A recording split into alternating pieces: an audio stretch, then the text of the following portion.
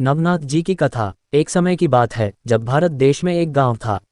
इस गांव में लोग बहुत ही अशांत थे। उनके जीवन में बहुत सारी समस्याएं थीं।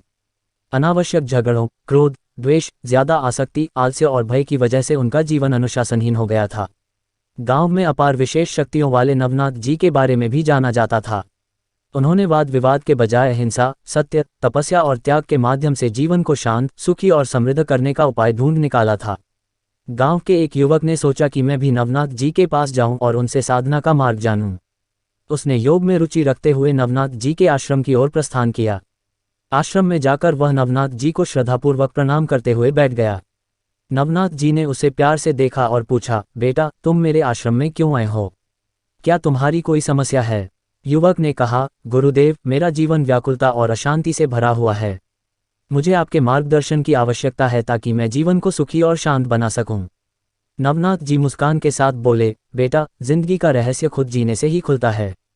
इसलिए तुम्हें अपने मन को शांत करना होगा। मैं तुम्हें कुछ उपयोगी उपाय बताता हूं जिन्हें अपनाकर तुम अपने जीवन को सुखी और समृद्ध बना सकते हो। नवनाथ जी ने प्रत्येक उपाय को विस्तारपूर्वक समझाया और युवक को उनके आदेशों का पालन करने की सलाह दी। उन्होंने कहा, बेटा, यदि तुम इन उपायों को सच्चाई से अपनाओगे तो तुम्हारी जिंदगी बदल जाएगी। युवक ने धन्यवाद करके अपनी गांव लौट गया और नवनाथ जी के बताए गए उपायों को अपनाया। वह नए नए सोच के साथ अपनी जिंदगी को जीने लगा।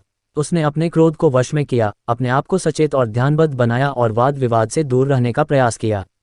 समय बिताते ही उसकी जिंदगी में अद्भुत परिवर्तन हुआ। उसे शांति और सुख की अनुभूति होने लगी। उसके सामर्थ्य और संतुलन में वृद्धि हुई और उसका जीवन उज्जवल हो गया। एक दिन वह फिर से नवनाथ जी के पास गया और उन्हें धन्यवाद दिया।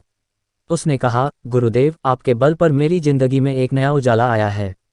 मेरे आपके प्रति आभार व्यक्त नहीं किया जा सकता।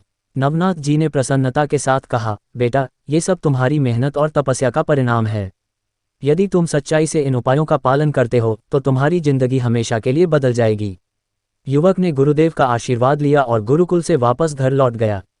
उसने गांव के लोगों को भी नवनाथ जी के उपायों के बारे में बताया और उनके जीवन को सुखी और शांत बनाने में मदद की। सब लोग नवनाथ जी के आदेशों का पालन करने लगे और गांव का माहौल भी बदलने लगा।